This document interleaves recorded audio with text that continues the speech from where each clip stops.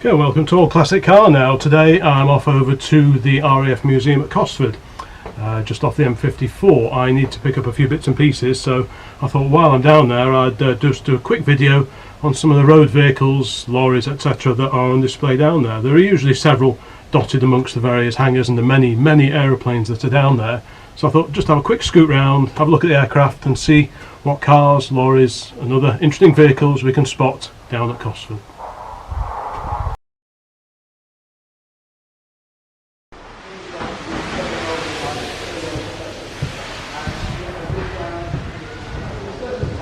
Like I say, mainly I'm going to photograph the cars that are on display here down at Cosford, but I can't really walk past a mighty Nimrod without taking some footage of it and some of the other gems that are here, especially on a day like this. So this is a Domini.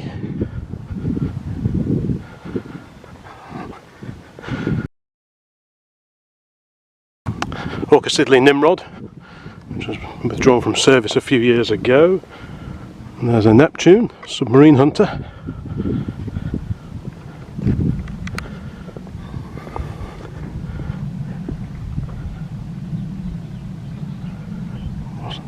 Originally developed from the Comet airliner.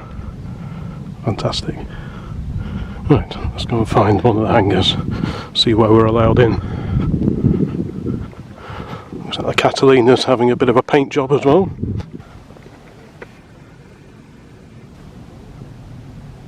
It's always worth having a peer over fences when you're at a museum. Let's just see what little gems are hidden away around here. We appear to have a hunter that's in many pieces.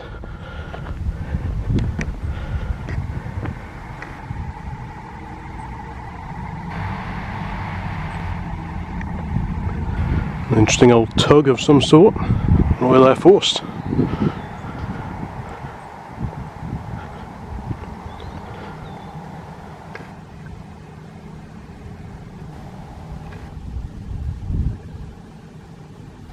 Right, now let's go inside. Just have a better look at the Nimrod.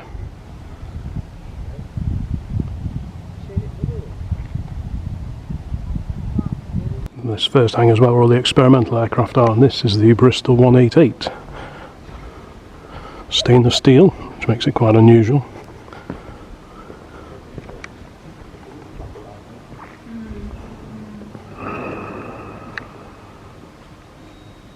This is the Kestrel, forerunner of the Harrier, the vertical takeoff and landing aircraft. That's all done by the magic of these nozzles on the side here. Back to the First World War now. Like I say, I'm going to mainly be looking at the cars that are on display here, but it seems a shame not to have a quick look around.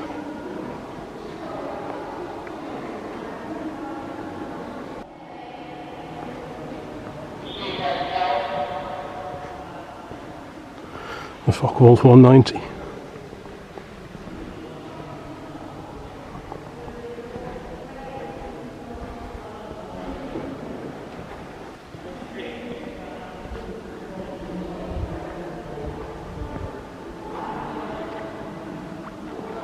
It's a Spitfire, of course. And there's a Gloucester Gladiator. My granddad used to fly one of these in between the wars.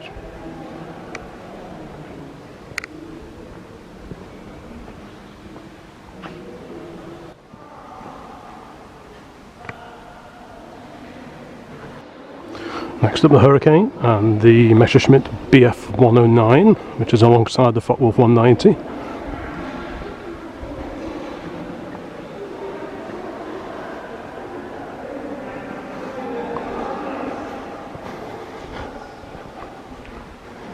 And the Junkers 88.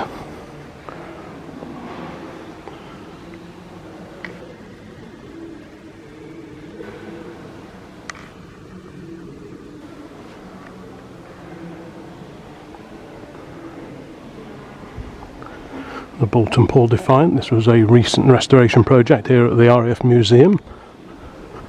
Let's carry on. Let's look for some four-wheeled wonders.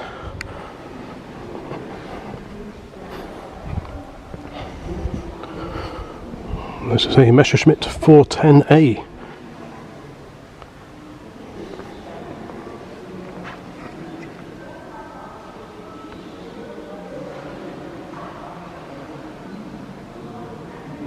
Next up we've got the D'Havilland Mosquito. He also flew one of these in the war. He was part of the Pathfinder squadrons. What a machine, twin Merlins, wooden construction. And that is next to the mighty Avro Lincoln, big 4-engine bomber, which was a development of the Lancaster.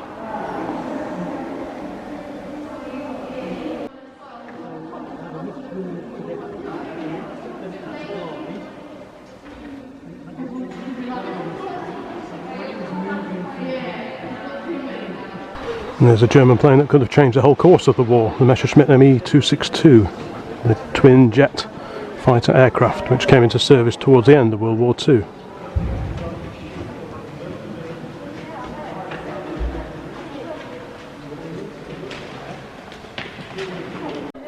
An excellent diorama. Well, I can't see any aircrew buses.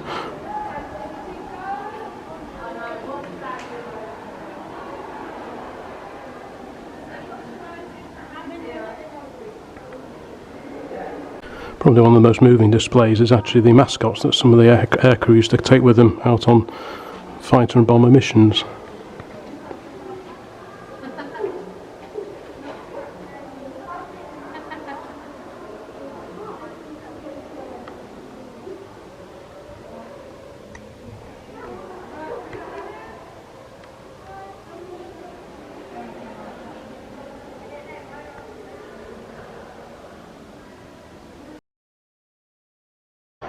Probably after the V-bombers, it's the TSR-2 that's one of the most impressive aircraft in this particular collection. This is in the experimental hangar.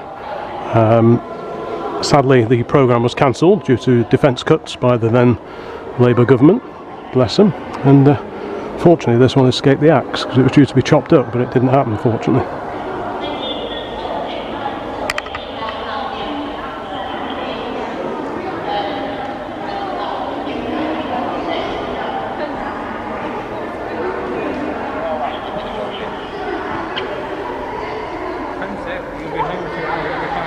Well, in about an hour and a half, 2 hours maximum.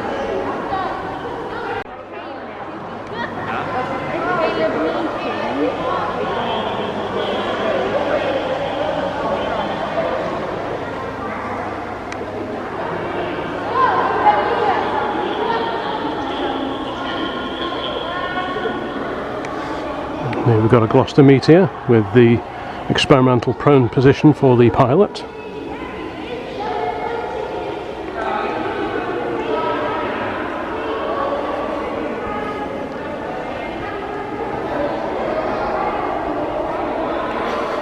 Now what's this? This is the Saunders Roe SR-53 mixed power interceptor.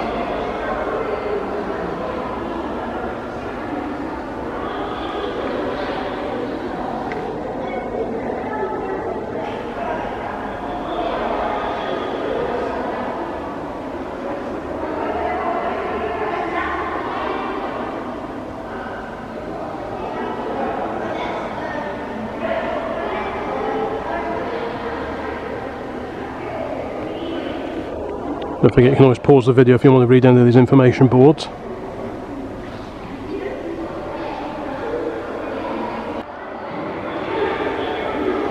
Right, well let's leave the TSR-2 behind and venture into the next hangar. Maybe there will be some interesting old cars and lorries to ogle over.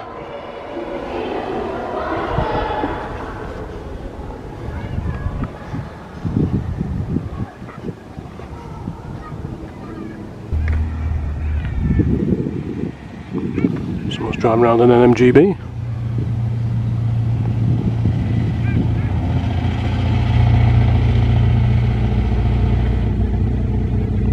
Not sure all cylinders are present, but right, let's have a look in here. This is where the V-bombers are tucked away.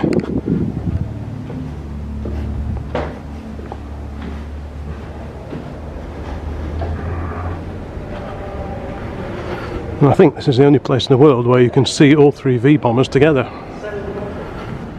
And you've got the Valiant over here, which was the first of the three V-bombers to be withdrawn due to fatigue cracks towards the tail, I believe. There's a Canberra,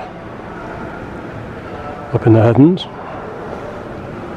And here, perched up on stands in order to clear the Valiant, we have the Handley Page Victor, possibly the most awesome looking of all the V-bombers, to be honest. That's not to take anything away from the Avro Vulcan, but there's something about the Victor which I just think is fantastic. We'll just have a quick pan around.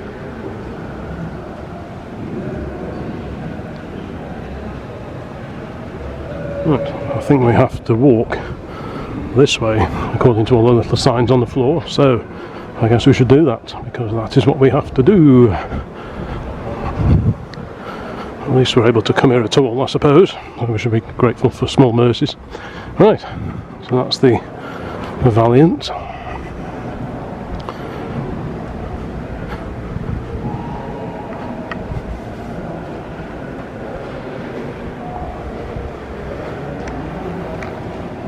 Some pretty impressive Russian models here.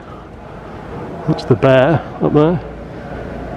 Still very much in service, I think. And then we've got a cockpit section of the Blackburn Buccaneer. These are used on aircraft carriers. There's a Mk1. And here we've got the F-111. US Air Force used to be based at Greenham Common, places like that back in the 1980s. Right, so let's wander towards the back of the Victor, continuing our hunt for classic cars as opposed to classic aircraft, but I guess this is always going to turn into an aircraft video rather than cars, but please forgive me for that slight transgression. Yeah, it's quite easy to trip over if you don't watch where you're going. There's another little MiG, I think. And here we have XM598, which is our Avro Vulcan B2. There we go, there's the front end of the Vulcan. And there's a Lightning in its characteristic vertical takeoff.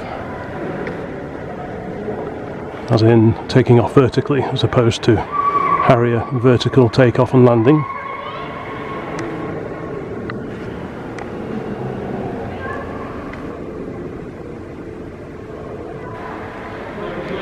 Actually, we can get underneath the Vulcan, and they've got the small footage playing here.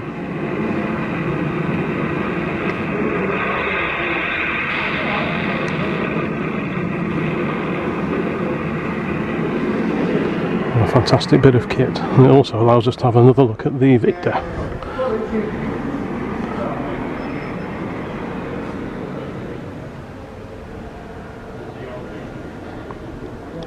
There's a particularly magnificent model of the Handley Page Victor.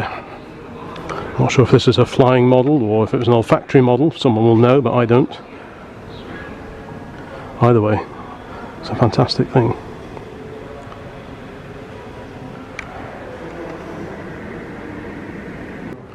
Here we've got the Douglas DC-3, or the C-47, which was the militarised version of the DC-3.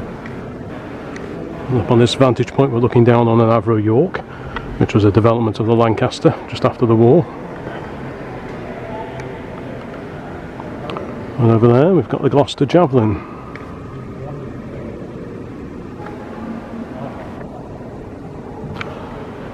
The Hastings transport aircraft over here. Oh, and there's the Lightning. Fantastic. Right, onwards somewhere. That very large aircraft in the background is a Belfast, Shorts Belfast. This used to be on display outside when I first started coming here in the early 1980s. That was parked outside, but with the build of this new hangar a few years ago they managed to get it indoors, which is great, and that's when the Vulcan came inside as well, the Victor, the Vulcan. I'm not sure where the Valiant was before it came in here, possibly down at Hendon or in Store, but even though they're a little tricky to photograph, it's great that they're inside because they're not going to deteriorate anymore. You do get some great angles of the Vulcan as you walk down these stairs.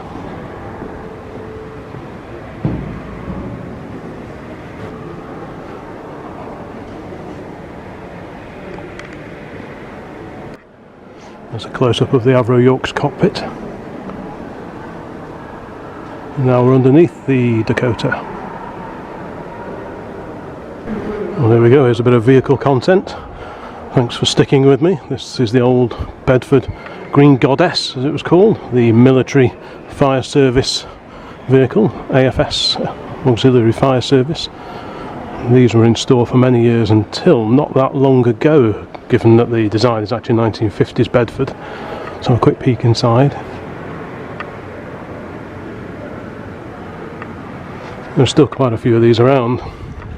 They pop up for sale quite often and they don't go for a great deal of money, to be honest. So as an affordable way into classic commercial vehicles, classic lorries, etc., something like a Green Goddess is probably actually not a bad choice. Quite a few people have stripped and modified the interiors to make them into sort of mobile catering vehicles, which is a bit of a shame, but at least they're still in use. You can make a camper out of one, you can make a car transporter out of one. I remember reading years ago someone was trying to convert one of these into a classic racing car transporter, so there's lots of options. Ideally, of course, you just leave it well alone and keep it as it is, but there are plenty of them around, so it's not the end of the world if a few do get modified for different uses. We're underneath the Avro York now. At one time there used to be a Beetle and a Trabant and an early classic Mini parked down here somewhere, but are they still here, or have they been squirreled away somewhere for the duration of these restrictions? There's only one way to find out. I'm suspecting that they've actually squirreled them away somewhere in order to enable this one-way system. We've got a front end of a Dakota here.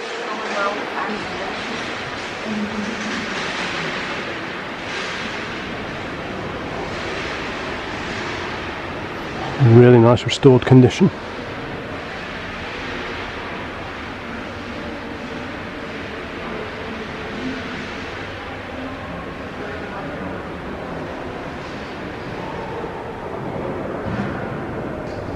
There's a closer look at the Belfast transport aircraft,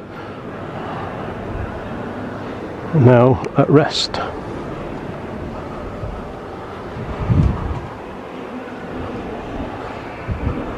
And we've got a Sikorsky MH-53 helicopter, US Air Force. It's a fairly recent addition, relatively, to the museum. I mean, the museum was first established back in the late 1970s. Some of these aircraft have been here since then, but others have come and gone over the years. Here we've got a Scottish Aviation Twin Pioneer, I believe, three-tail transport aircraft. But alas, the cars that I thought would be here are not. So all that means is we'll have to have another visit sometime when hopefully normality returns. Well, I don't think we're going to see any classic cars here today, even though I know there used to be some here, so I'll just have to dig out some photographs and lay them over this particular bit of commentary. So let's go and have a quick look around the shop and then we'll see if we can get into the next hangar or not. I believe some of it has been closed, so whether we can get in there or not I don't know, but let's see. Hopefully I'll have photos somewhere of the Mini, the Beetle and the Trabant. If they're not showing now, then I can't find them, but hopefully they won't be too far away. Alas, Hangar 1 is closed. Oh well. Let's go and have a look, see what's parked outside. Alas, this run out to go and see what odd cars, lorries and other road vehicles I could find has pretty much come to naught, but not to worry. Okay, there's a Hercules. This is a fairly recent arrival in the last few years, and this is pretty much where the Belfast used to be parked back in the early 1980s, the one that's now inside. I'm guessing these concrete pads are possibly the ones that the Belfast sat on, maybe. Anyway, not to worry. So, the old Herky Bird, KV202, living out its retirement here, and that is joined by the wonderful Vickers VC10, which was delivered here in pieces several years ago one of my earlier visits here, I actually turned up and they were delivering the main fuselage on the back of a low loader, so that made for some interesting photographs. This is XR808, or Bob as it's usually called. It's been here a few years now, and there used to be a British Airways VC-10 parked pretty much here. Back in the old days, there used to be a collection of British Airways aircraft parked here. There was a 707, a Trident 2, I think it was, possibly a 1, and the British Airways VC-10. They were all chopped up. I think the fuselage of the VC-10 went off to a museum up in Scotland somewhere, but the 707 G-APFJ is long gone, sadly. But it's nice that one of the VC-10s made it here. Fantastic aircraft.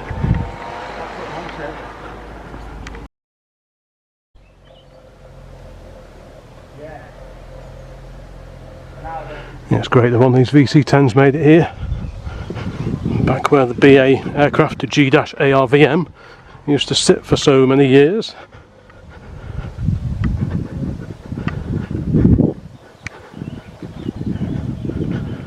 Over there is a Bristol Britannia. Let's go and have a quick look at that. There's the Britannia in Transport Command colours. Back in the early 1980s, this was here, parked somewhere over where the car park is now, and it was in the livery of BOAC. It was put back to this particular colour scheme quite a few years ago now. And again, great that it survives at all. Aircraft don't really like being outside, but this one looks to be surviving the ordeal reasonably well, so that's all good.